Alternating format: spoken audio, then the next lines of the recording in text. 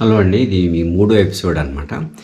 మీకు ఇందాకేంటంటే మీకు రష్యా నుంచి ఆయిల్ ఎలా ఎక్స్‌పోర్ట్ చేస్తున్నారు, జర్మనీలో ఉన్న న్యూక్లియర్ పవర్ ప్లాంట్స్ ఎలా క్లోజ్ చేశారు, తర్వాత ఫెర్టిలైజర్సు అంటే ఎరువులది ఎలా తయారు చేస్తున్నారు అని, తర్వాత ఫుడ్ ఐటెమ్స్ ఎస్పెషల్లీ ఏంటంటే ఈ గోధుమలు దానివలన ఆఫ్ చేయటం వలన ఏ ఏ దేశాలు ఇబ్బంది పడుతున్నాయి అని మీకు సెకండ్ ఎపిసోడ్లో చెప్పాను మీకు.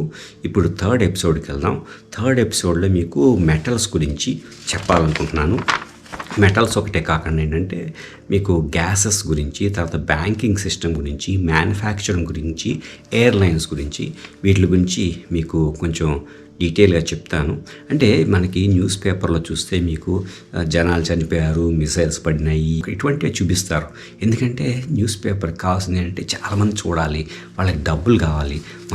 మనకేంటంటే భయభ్రాంతులు అవ్వాలన్నమాట. అప్పుడు కానీ మనం ఎంత భయపడితే వాళ్ళకి అంత డబ్బులు వస్తాయన్నమాట. న్యూస్ పేపర్స్ కానీ ఈ మీడియాకి.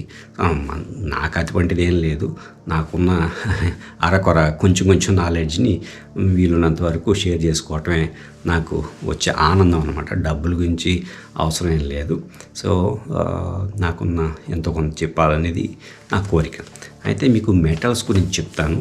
అయితే మెటల్స్ ఏంటంటే రష్యాలో అల్యూమినియం అనేది థర్డ్ బిగ్గెస్ట్ ప్రొడ్యూసర్ అనమాట. అల్యూమినియం అయితే ఫస్ట్ బిగ్గెస్ట్ ప్రొడ్యూసర్ అల్యూమినియం అంటే బ్రెజిల్, తర్వాత సెకండ్ బిగ్గెస్ట్ ఏంటంటే ఇండియా అనమాట.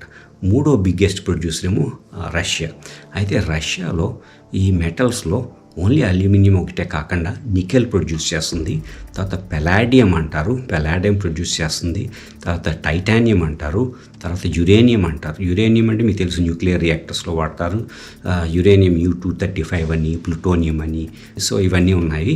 ఇవన్నీ కూడా రష్యాలో మీకు దొరుకుతాయి అన్నమాట, లభిస్తాయి.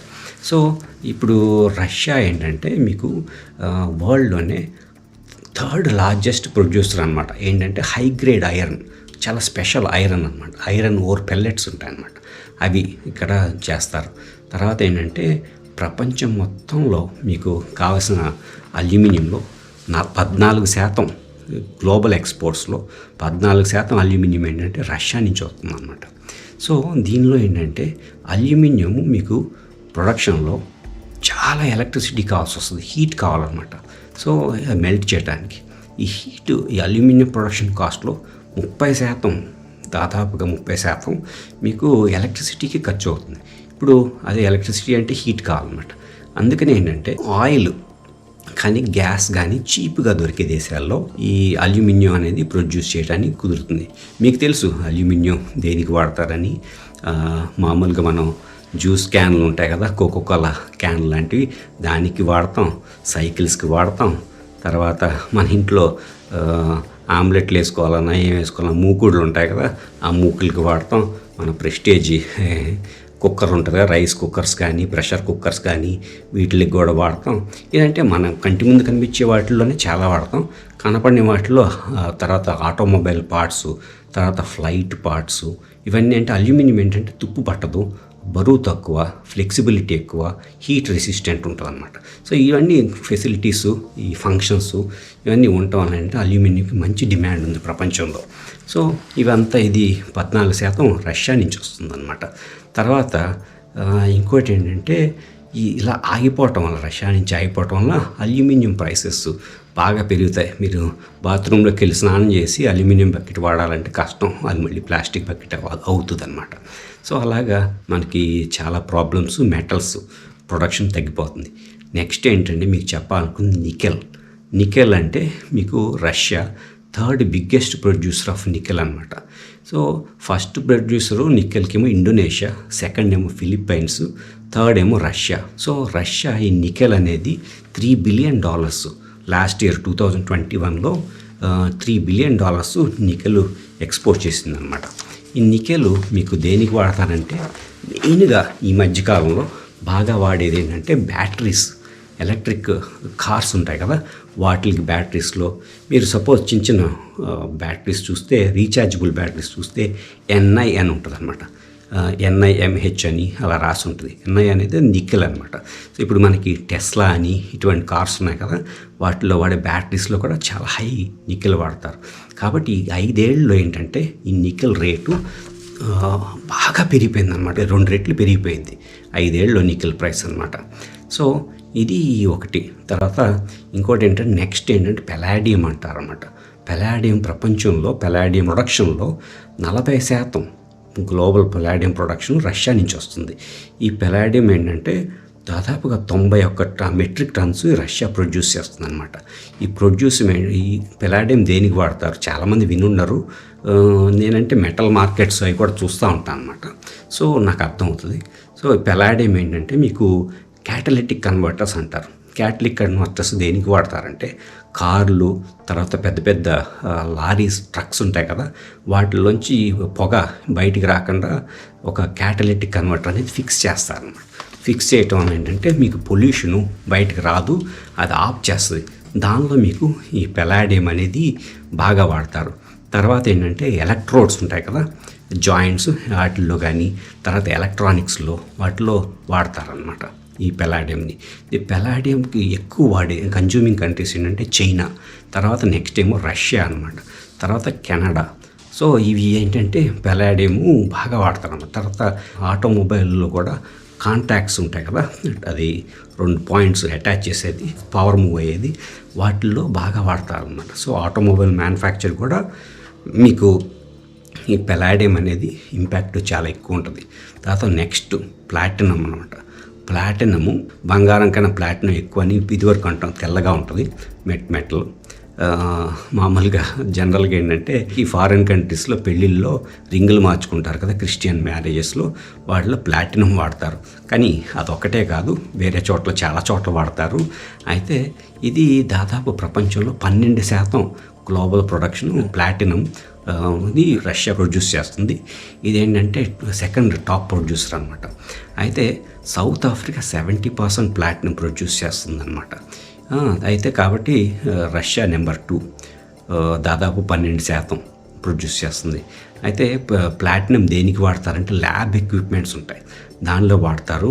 తర్వాత ఎలక్ట్రిక్ కాంటాక్ట్స్ ఉంటాయి కదా, వాటిలో అంటే ఎలక్ట్రిక్ కరెంట్ బాగా ఎక్కువ పాస్ అవుతుంది అన్నమాట ప్లాటినం నుంచి.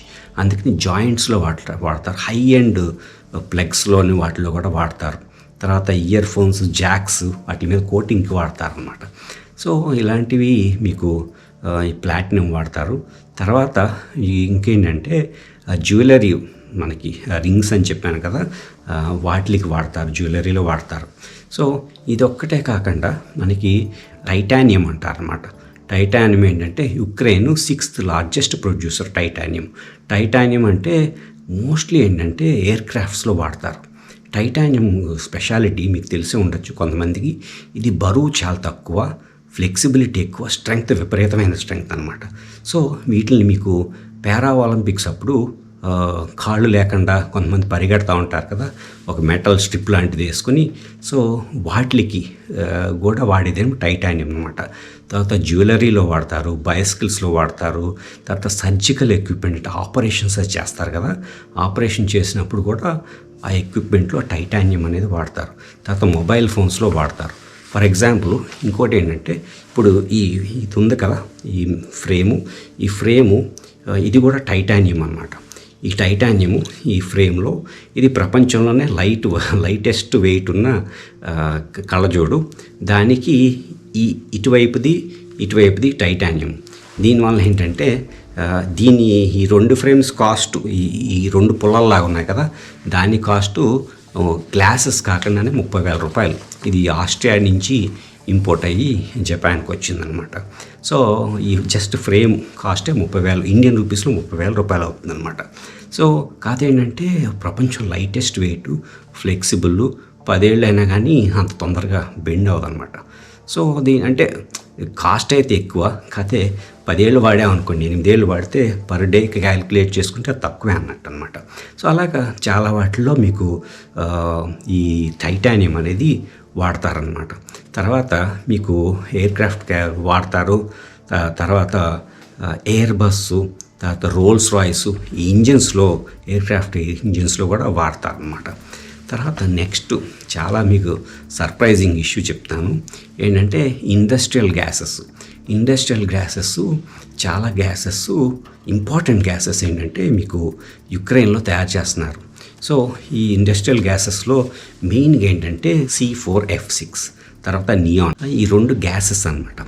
ఇవేంటంటే మీకు కెమిస్ట్రీ చదివిన వాళ్ళకి తెలిసి ఉంటుంది. ఇందులో ఏంటంటే మీకు ఇన్యాక్టివ్ గ్యాసెస్ అని ఉంటాయి. ఇన్యాక్టివ్ గ్యాసెస్ అంటే మీకు కెమికల్ రియాక్షన్ ఎక్కువ జరగదన్నమాట. వాటి వలన కెమికల్తో టచ్ అయినా కానీ మీకు రియాక్షన్ ఉండదు. సో ఇందులో నియాన్, క్రిప్టాన్, జయాన్, ఆర్గాన్, తర్వాత ఈ గ్యాసెస్ అనమాట. మెయిన్గా ఈ గ్యాసెస్ ఇన్యాక్టివ్ గ్యాసెస్ అంటారు. ఈ ఇన్యాక్టివ్ గ్యాసెస్ వలన చాలా ఉపయోగం ఉందన్నమాట. ఈ ఇన్యాక్టివ్ గ్యాసెస్ దేనికి వాడతారంటే మీకు లేజర్స్ తయారు చేయడానికి వాడతారు. ఈ లేజర్స్లో ఈ ఇన్యాక్టివ్ గ్యాసెస్ ఎక్స్పెషల్ ఏంటంటే నియాన్ గ్యాస్ ఉంటుంది కదా, ఈ నియాన్ గ్యాస్లో కూడా దానిలో గ్రేడ్స్ ఉంటాయన్నమాట. ప్యూరిటీ గ్రేడ్ ఉంటుంది ఈ నియాన్ గ్యాస్లో. దానిలో హై ప్యూరిటీ అనేది, అల్ట్రా హై ప్యూరిటీ అనేది ఈ నియాన్ గ్యాస్ ఉంటుంది. ఈ నియాన్ గ్యాస్కి ఎలక్ట్రిసిటీ మనం ఇచ్చేస్తే అందులోంచి ఏంటంటే ఫోటాన్స్ వస్తాయి, వచ్చి చాలా హై స్పీడ్లో ఎనర్జీ క్రియేట్ అవుతుందన్నమాట. ఈ గ్యాస్ నుంచి వచ్చి లేజర్స్ తయారవుతాయి. ఈ లేజర్స్ని ఏమంటారంటే ఎక్సైమర్ లేజర్స్ అంటారు. ఈ ఎక్సైమర్స్ లేజర్స్ దేనికి వాడతారంటే ఏదన్నా మైక్రోచిప్ ఉంటుంది కదా మీకు, ఇంటెల్ అని తర్వాత రకరకాల మైక్రోచిప్స్ ఉన్నాయి. వాటిల్లో ఎచ్చింగ్కి వాడతారు. ఎచ్చింగ్ అంటే ఏంటంటే దాన్ని చెక్కటం అనమాట. ఈ లేజర్స్ వలన మైక్రోచిప్ని లేయర్స్ నానోమీటర్ లెవెల్లో కట్ చేయొచ్చు. కట్ చేసి అందులో ట్రాన్సిస్టర్స్ పెడతానికి ఉంటుంది అనమాట. ట్రాన్సిస్టర్స్ కొన్ని బిలియన్స్ ఆఫ్ ట్రాన్సిస్టర్స్ మీకు ఆ మైక్రోచిప్లో ఉంటాయి. ఈ మైక్రోచిప్లో ఏంటంటే డిజిటల్ గేట్స్ అని ఉంటాయి అన్నమాట. ఈ డిజిటల్ గేట్స్ ఏం చేస్తాయంటే ఎలక్ట్రిసిటీని పంపటం ఆఫ్ చేయటం చేస్తాయి. దానివల్ల ఏంటంటే మనం కంప్యూటర్ వాడినప్పుడు దానిలోకి వచ్చే డేటా, ఈ ఎలక్ట్రిసిటీ 010101 అలా వెళ్తూ ఉంటుంది అనమాట. సో ఈ నియాన్ గ్యాస్ ఏం చేస్తుందంటే ఆ మైక్రోచిప్ మీద చెక్కుద్ది అనమాట. చెక్కి ఒక లేయర్స్ కట్ చేస్తుంది. ఇందులో గొప్పతనం ఏంటంటే దీనిలో నియాన్ గ్యాసెస్, ఎక్సైమర్ లేజర్స్ ఇవేంటంటే టెంపరేచర్ ప్రొడ్యూస్ చేయవు. Temperature produce heat produce cold lasers అనమాట ఇవి. దానివల్ల ఏంటంటే ఆ మెటీరియల్ హీట్ ఎక్కి పాడైపోవడం, కట్ చేసేటప్పుడు హీట్ ఎక్కి పాడైపోవటం, ఆ పక్క లేయర్ కట్ అవ్వటం ఉండదు. నానోమీటర్ లెవెల్లో మన వెంట్రుకలో కొన్ని లక్షల భాగాల వరకు, అంత చిన్న వరకు కట్ చేయగలరు అనమాట. సో ఇవి యుక్రెయిన్లో 2 కంపెనీలు, పెద్ద కంపెనీలు ఉన్నాయన్నమాట. ఈ 2 పెద్ద కంపెనీస్ మిరియాపోల్ అని ఇప్పుడు బాగా రష్యా బాంబింగ్ చేస్తుంది కదా, అక్కడ ఉందన్నమాట ఒకటి. ఇన్ గ్యాస్ అంటారు ఈ కంపెనీని.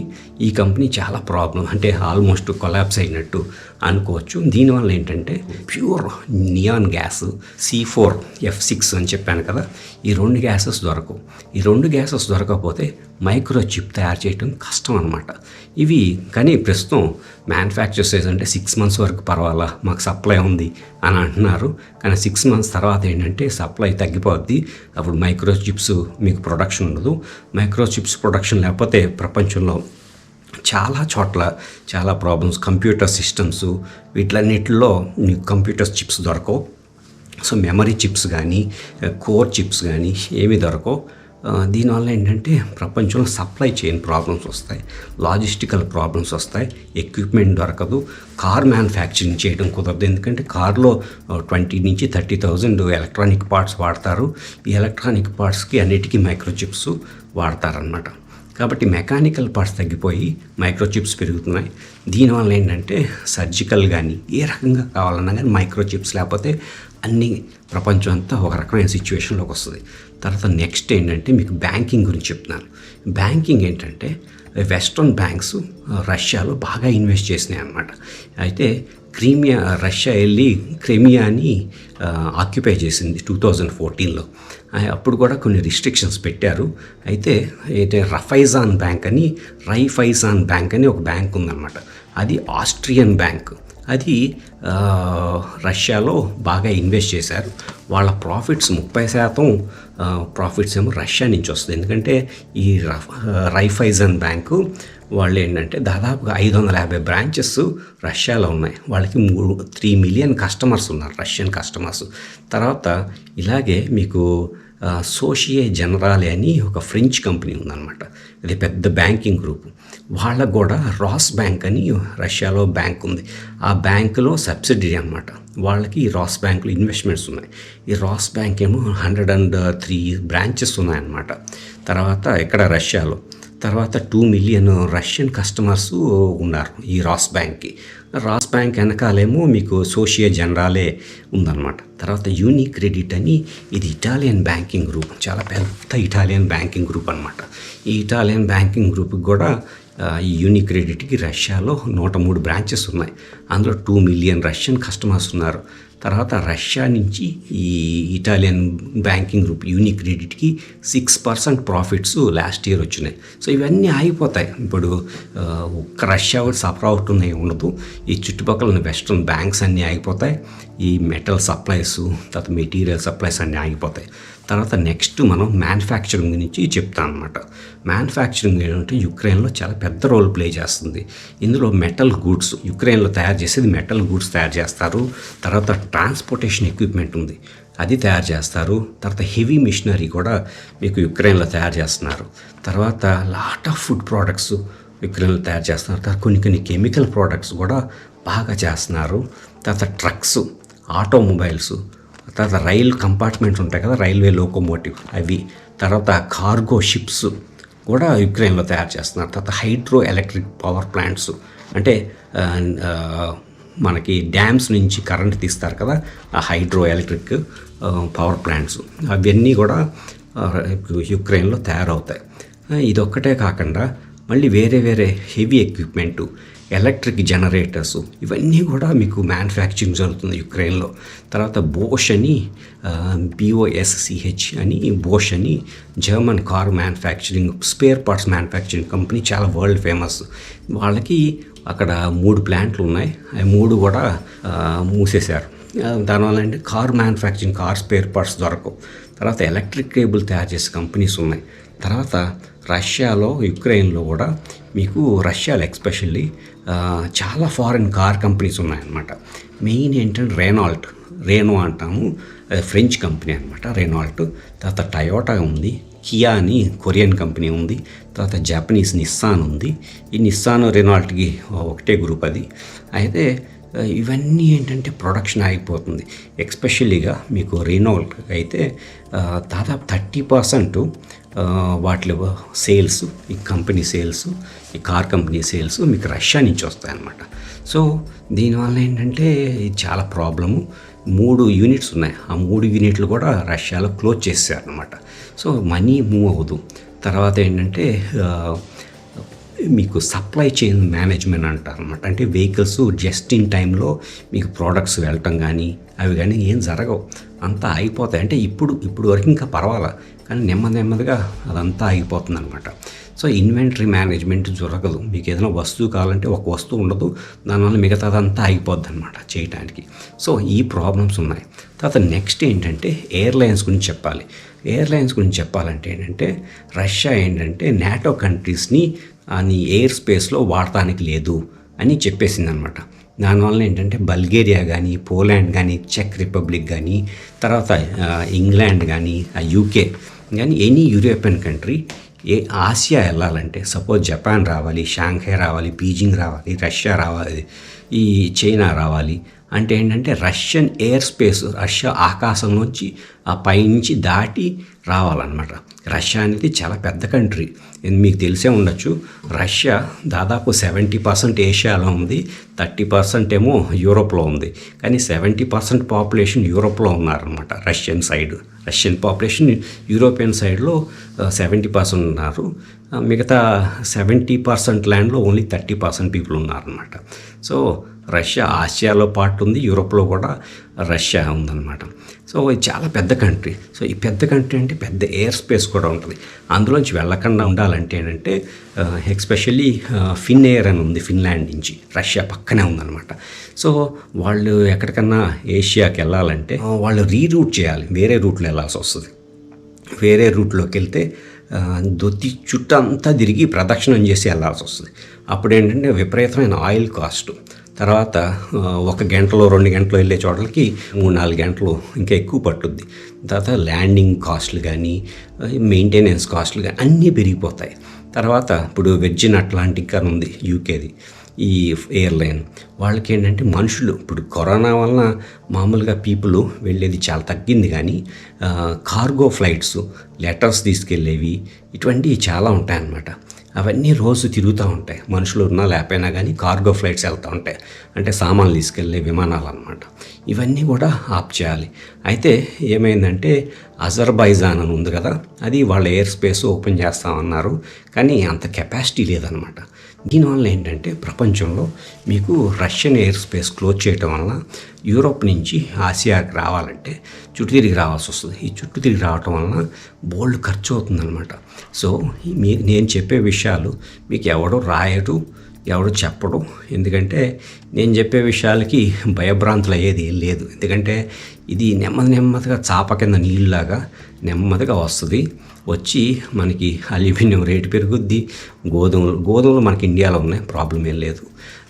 తర్వాత ఫెర్టిలైజర్స్ రేట్లు పెరుగుతాయి, మెటల్స్ రేట్లు పెరుగుతాయి, కార్లు రేట్లు పెరుగుతాయి.